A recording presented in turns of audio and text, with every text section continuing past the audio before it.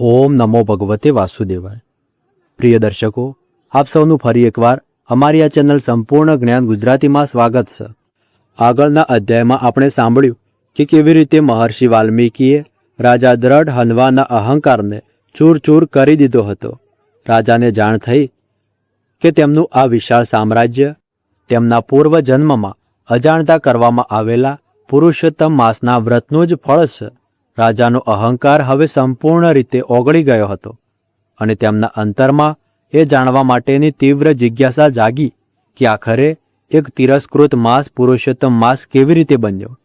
આજે અમે લઈને આવ્યા છીએ અધિક માસ મહાત્મ્યનો તે પરમ પાવન અને અદ્ભુત પ્રસંગ, જ્યાં કરુણાના સાગર શ્રી હરિવિષ્ણુ એક રડતા અને દુઃખી માસનો હાથ પકડી લે છે।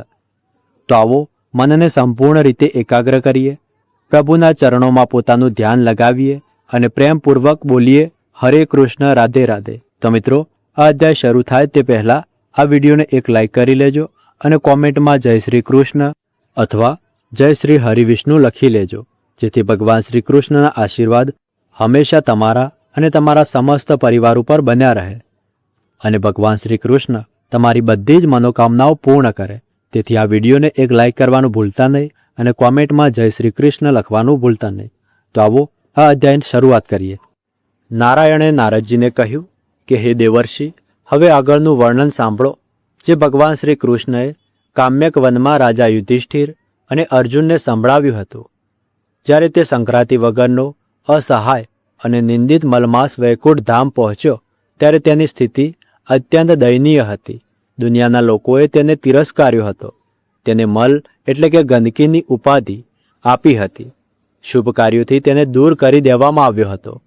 તે ગ્લાનિ અને અત્યંત ઊંડા દુઃખથી ભરાઈ ગયો હતો। વૈકુંઠના દિવ્ય સુવર્ણ સિંહાસન પર બેઠેલા જગન્નાથ શ્રી હરિને જોઈને તે મલમાસ જમીન ઉપર સાષ્ટાંગ દંડવત કરીને પડી ગયો। તેની આંખોમાંથી આંસુઓની ધારા વહેવા લાગી। ભગવાન વિષ્ણુએ અત્યંત કરુણાથી તેને જોયો અને ઊભા થવાનો સંકેત આપ્યો। ત્યારે તે મલમાસ હાથ જોડીને ગદગદ કંઠથી રડતા રડતા બોલ્યો કે હે પ્રભુ, હે શરણાગત વત્સલ, હું તમારી જ સૃષ્ટિનો એક ભાગ છું। વિધાતાએ મને 12 મહિનાઓથી અલગ અને સંક્રાંતિ વગરનો બનાવ્યો છે, પરંતુ સ્વામી, આ દુનિયાના લોકો મને મલમાસ કહીને મારો તિરસ્કાર કરે છે। તેઓ કહે છે કે હું અપવિત્ર છું, નિંદિત છું, શુભ કાર્યોમાં મારું કોઈ સ્થાન નથી, કોઈ મારા સમયમાં યજ્ઞ કરતું નથી, કોઈ લગ્ન પણ કરતું નથી, કોઈ માંગલિક કાર્ય પણ કરતું નથી। મલમાસ વધુ રડતા રડતા બોલ્યો કે સ્વામી, દુનિયાનું આ અપમાન હવે મારે સહન થતું નથી। આ તિરસ્કૃત જીવન જીવવા કરતાં તો સારું છે કે હું મારા પ્રાણનો ત્યાગ કરી દઉં। સ્વામી, જેના માથા પર કોઈનો હાથ ન હોય તેનો આશ્રય તો માત્ર તમે જ છો। શું તમારા હોવા છતાં પણ તમારી આ તુચ્છ સંતાનને આમ જ અપમાનિત થવું પડશે? પ્રભુ, મને આ ઘોર અંધકારમાંથી બહાર કાઢો। ભગવાન શ્રી હરિવિષ્ણુ, જે બ્રહ્માંડના કણ કણના સ્વામી છે, તે માસના વચનો સાંભળીને દ્રવિત થઈ ઉઠ્યા। ભગવાનની આંખોમાં કરુણાના આંસુ છલકાઈ આવ્યા। ભગવાન મંદ મંદ સ્મિત કરીને અત્યંત મધુર વાણીમાં બોલ્યા કે હે વત્સ, ધીરજ રાખો, ડરશો નહીં। જેણે મારી શરણ લીધી છે તેનું અમંગલ ક્યારેય થઈ શકતું નથી। દુનિયાએ તમારો ત્યાગ કર્યો છે તો શું થયું? આજથી તમે એકલા નથી, ઉઠો, મારી સાથે ચાલો। હું તમને સ્વયં ગૌલોક ધામમાં લઈને જઉં છું, જ્યાં સાક્ષાત ભગવાન શ્રી કૃષ્ણ પોતાની અર્ધાંગીની શક્તિ શ્રી રાધાજી સાથે વિરાજમાન છે। એ જ તમારા આ દુઃખોનો અંત કરશે। ઋષિગણ બોલ્યા કે હે સુતજી, ત્યારબાદ ભગવાન વિષ્ણુ તે દુઃખી મલમાસને લઈને ક્યાં ગયા અને ગૌલોકમાં શું થયું તે અમને વિગતવાર જણાવો। ત્યારે સુતજી બોલ્યા કે હે શ્રેષ્ઠ બ્રાહ્મણો, નારાયણે નારદજીને જે કથા સંભળાવી તેને ધ્યાનપૂર્વક સાંભળો। નારાયણ બોલ્યા કે હે નારદ, ભગવાન વિષ્ણુએ તે મલમાસનો હાથ પકડ્યો જેમ કોઈ પિતા પોતાના રડતા બાળકનો હાથ પકડે છે। તેમનો હાથ પકડીને તેઓ તેને લઈને પરમ દિવ્ય ધામ ગૌલોક પહોંચ્યા। તે ગૌલોક ધામ તેજથી ભરેલું હતું, જ્યાં સાક્ષાત દિવ્ય કલ્પ વૃક્ષો હતા, જ્યાંની ભૂમિ ચિંતામણી રત્નોથી જડિત હતી, ત્યાં કરોડો કામધેનુ ગાયો વિહાર કરતી હતી। તે પરમ દિવ્ય ગૌલોકના મધ્યમાં કરોડો સૂર્યો જેવા પ્રકાશમાન સિંહાસન પર ભગવાન શ્રી કૃષ્ણ વિરાજમાન હતા। તેમના વાન અંગમાં સાક્ષાત જગતજનની શ્રી રાધાજી સુશોભિત હતા। ચારે તરફ ગોપ અને ગોપીઓ પ્રભુની સ્તુતિ કરી રહ્યા હતા. જ્યારે ભગવાન વિષ્ણુ ત્યાં પહોંચ્યા ત્યારે સ્વયં ગૌલોકના અધિપતિ શ્રી કૃષ્ણ ઊભા થઈ ગયા. બંને મહાપ્રભુએ એકબીજાનું આદર સન્માન કર્યું. ત્યારબાદ ભગવાન શ્રી કૃષ્ણે સ્મિત સાથે પૂછ્યું કે હે વૈકુંઠનાથ, આજે તમારા આગમનનું શું કારણ છે? અને તમારા સાથે આ અત્યંત દુઃખી, કાંતિહીન અને રડતો પુરુષ કોણ છે? તેની આંખોમાં એટલો ભય અને શોક કેમ છે?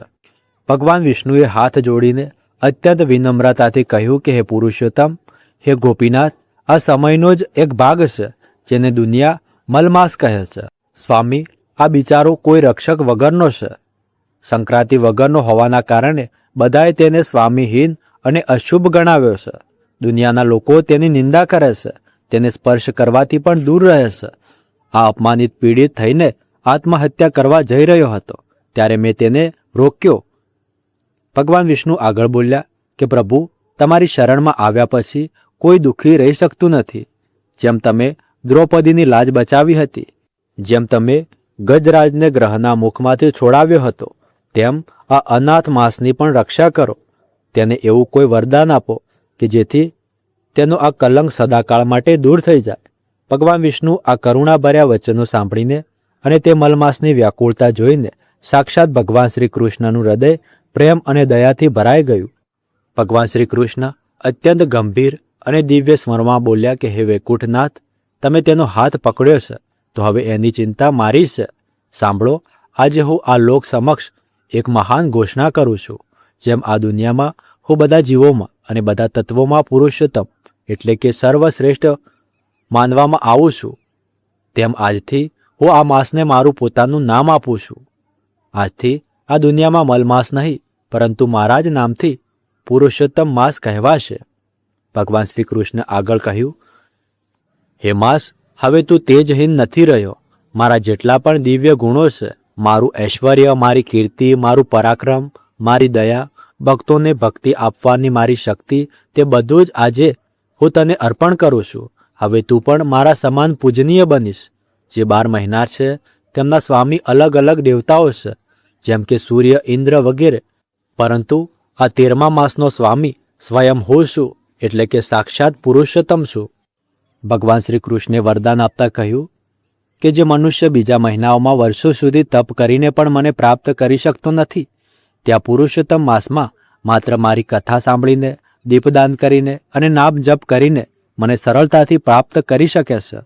આ મહિનામાં કરાયેલ દરેક નાના પુણ્યનું ફળ કરોડો ગણું વધારે મળે છે. જે લોકો તારો તિરસ્કાર કરશે તેઓ નરકમાં જનારા બનશે, અને જે લોકો તારો આદર કરશે તેઓ સીધા મારા પરમધામ ગૌલોકમાં આવશે. આ અદ્ભુત વરદાન સાંભળીને તે માસનું મુખ કરોડો ચંદ્રમાઓ જેવું ખીલી ઉઠ્યું. તેનું બધું અંધકાર અને બધું દુઃખ ક્ષણમાં દૂર થઈ ગયું. તે દિવ્ય તેજથી ચમકવા લાગ્યો. તેણે ભગવાન શ્રી કૃષ્ણ અને રાધા રાણીના ચરણોમાં વારંવાર પ્રણામ કર્યા.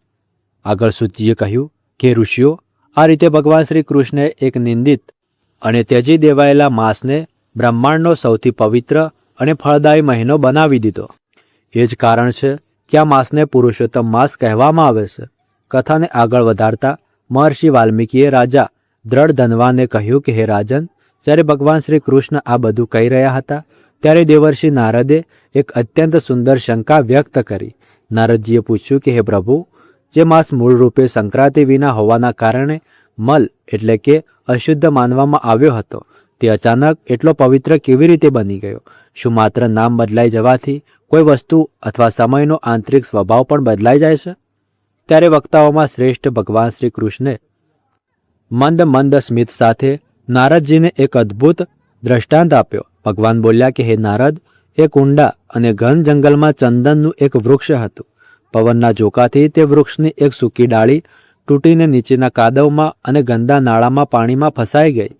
રસ્તેથી પસાર થતા દરેક વ્યક્તિએ તે લાકડીને જોઈ, પરંતુ તેને કાદવમાં ફસાયેલી જાણીને બધાએ મોઢું ફેરવી લીધું. કોઈ તેને સ્પર્શ કરવા ઈચ્છતું નહોતું, કારણ કે તે મળમૂત્ર અને ગંદકી વચ્ચે પડી હતી. ભગવાન આગળ બોલ્યા ત્યારે ત્યાંથી એક પરમ ભક્ત અને સંત પસાર થયા. તેમની નજર તે કાદવમાં પડેલી લાકડી પર પડી. સંતે પોતાની દિવ્ય દ્રષ્ટિથી ઓળખી લીધું કે ભલે આ બહારથી કાદવથી ઢંકાયેલી છે, પરંતુ તેના અંદર સાક્ષાત ચંદનનો વાસ છે. તેની સુગંધ અવિનાશી છે.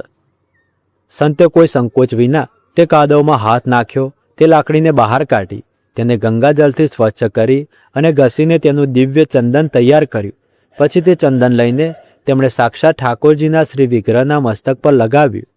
ભગવાન શ્રી કૃષ્ણે નારદજીની આંખોમાં જોઈને કહ્યું કે દેવર્ષિ, હવે તમે જ કહો કે લાકડી ગઈકાલ સુધી કાદવમાં પડેલી હોવાના કારણે નિંદિત હતી, અછૂત માનવામાં આવતી હતી. આજે ભગવાનના મસ્તકની શોભા બન્યા પછી શું કોઈ તેને અશુદ્ધ કહી શકે? શું કોઈ તેની પવિત્રતા પર પ્રશ્ન ઉઠાવી શકે? તો ના, કારણ કે હવે તેના પર ભગવાનનો સ્પર્શ થઈ ગયો છે. બરાબર એ જ રીતે મલમાસ પણ દુનિયાની નજરમાં સંક્રાંતિ ન હોવાના કારણે કાદવની જેમ ઉપેક્ષિત હતો. પરંતુ જેમ જ આ મલમાસ વ્યાકુળ થઈને મારી શરણમાં આવ્યો અને મેં તેને મારું નામ આપીને મારા મસ્તક પર ધારણ કરી લીધો, તેમજ તેના બધા પૂર્વ દોષો ભસ્મ થઈ ગયા. હવે આ કાળનું એવું ચંદન છે જેને જે કોઈ પોતાના જીવનમાં ધારણ કરશે તેનું આખું અસ્તિત્વ મહેકી ઉઠશે. આ અદ્ભુત દ્રષ્ટાંત સાંભળીને રાજા દ્રઢ ધનવાનું હૃદય પ્રેમ અને આશ્ચર્યથી ભરાઈ ગયું. તેમની આંખોમાંથી અવિરત આંસુ વહેવા લાગ્યા. મહર્ષિ વાલ્મીકી બોલ્યા કે હે રાજન, આ પરમ પવિત્ર માસમાં સાક્ષાત ગૌલોક અધિપતિ શ્રી કૃષ્ણે મનુષ્યના કલ્યાણ માટે કેટલાક અત્યંત વિશેષ કર્તવ્યો અને નિયમો નક્કી કર્યા છે. આ માસ માત્ર શારીરિક ઉપવાસનો નથી, પરંતુ માનસિક શુદ્ધિકરણનો ઉત્સવ છે. આ માસમાં દરેક મનુષ્યએ આ કર્તવ્યનું પાલન કરવું જોઈએ. વાણીનો તપ, મૌન અને મધુર વચન. આ માસમાં ખોટું બોલવું, કોઈની પાછળ નિંદા કરવી, ચુગલી કરવી અને ક્રોધમાં આવીને અપશબ્દ બોલવા એ કરોડો ગણું પાપ કરાવનારું છે. તેથી જેટલું બને તેટલું ઓછું બોલો અને જ્યારે પણ બોલો ત્યારે મધુર અને કૃષ્ણ નામ જ બોલો. અયાચિત દાન અને અન્ન સેવા. ભગવાનને ભૂખ્યા લોકોની સેવા અત્યંત પ્રિય છે. આ માસમાં ભૂખ્યા મનુષ્યો, પશુઓ, ખાસ કરીને ગૌ માતા અને પક્ષીઓને અન્ન અને જળ આપવું એ સાક્ષાત શ્રી હરિને તૃપ્ત કરવા સમાન છે. જો શરીર સાથ ન આપે તો આ માસમાં વૈભવી પથારીનો ત્યાગ કરીને જમીન ઉપર શયન કરવું જોઈએ. આ આપણા અંદરની કામવાસના અને અહંકારને શાંત કરે છે. દીપદાનનું પણ વિશેષ મહત્વ છે. આ માસમાં સાંજના સમયે કોઈ પવિત્ર નદીના કિનારે, મંદિરમાં અથવા પોતાના ઘરમાં તુલસીજી સમક્ષ ગાયના ઘીનો દીવો જરૂર પ્રગટાવવો જોઈએ. આ દીવો તમારા જીવનના જન્મ જન્માંતરના અંધકારને નષ્ટ કરી દેશે. આ મહિને ક્ષમાભાવ રાખવો અત્યંત જરૂરી છે. આ મહિને જો કોઈ તમારું અહિત પણ કરે તો તેને ભગવાનની ઈચ્છા માનીને માફ કરી દો.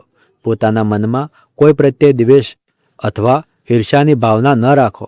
જ્યારે મહર્ષિ વાલ્મીકીએ રાજા દ્રઢ ધનવાને આ અદ્ભુત કથા અને તેના નિયમો સંભળાવ્યા ત્યારે રાજાની આંખોમાંથી પ્રેમના આંસુઓની ધારા વહેવા લાગી. રાજાને સમજાઈ ગયું હતું કે જેને તેઓ તુચ્છ સમજી રહ્યા હતા તે મહિનો તો સ્વયં ભગવાનનું સાક્ષાત સ્વરૂપ છે. ઇતિ શ્રી બૃહદ નારદીય પુરાણ પુરુષોત્તમ માસ મહાત્મય, ચોથો અધ્યાય. આ રીતે ચોથો અધ્યાય પૂર્ણ થયો. તો મારા પ્રિય ભક્તો, આ ચોથો અધ્યાય આપણને શીખવે છે કે જેને આ દુનિયા ઠુકરાવી દેશે, જેને બધા અયોગ્ય સમજીને છોડી દેશે, તેને સાક્ષાત હરિ પોતાની ગોદમાં ઉઠાવી લેશે. બસ આપણા અંદર પણ તે મલમાસની જેમ રડતું, તડપતું અને સમર્પણથી ભરેલું હૃદય હોવું જોઈએ. રાજા દ્રઢ ધનવાનું હૃદય હવે સંપૂર્ણ રીતે બદલાઈ ગયું છે અને આગળની કથામાં આપણે જાણીશું કે તેમણે આ માસનું વ્રત કેવી રીતે કર્યું.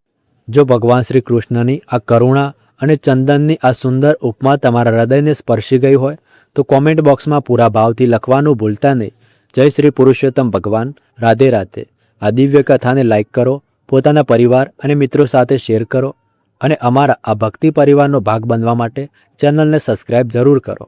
તો આગળના અધ્યાયમાં ફરી મળશું રાજા દ્રઢ ધનવાની આગળની કથા અને પુરુષોત્તમ માસના વધુ ઊંડા રહસ્યો સાથે. ત્યાં સુધી ધન્યવાદ. રાધે રાધે.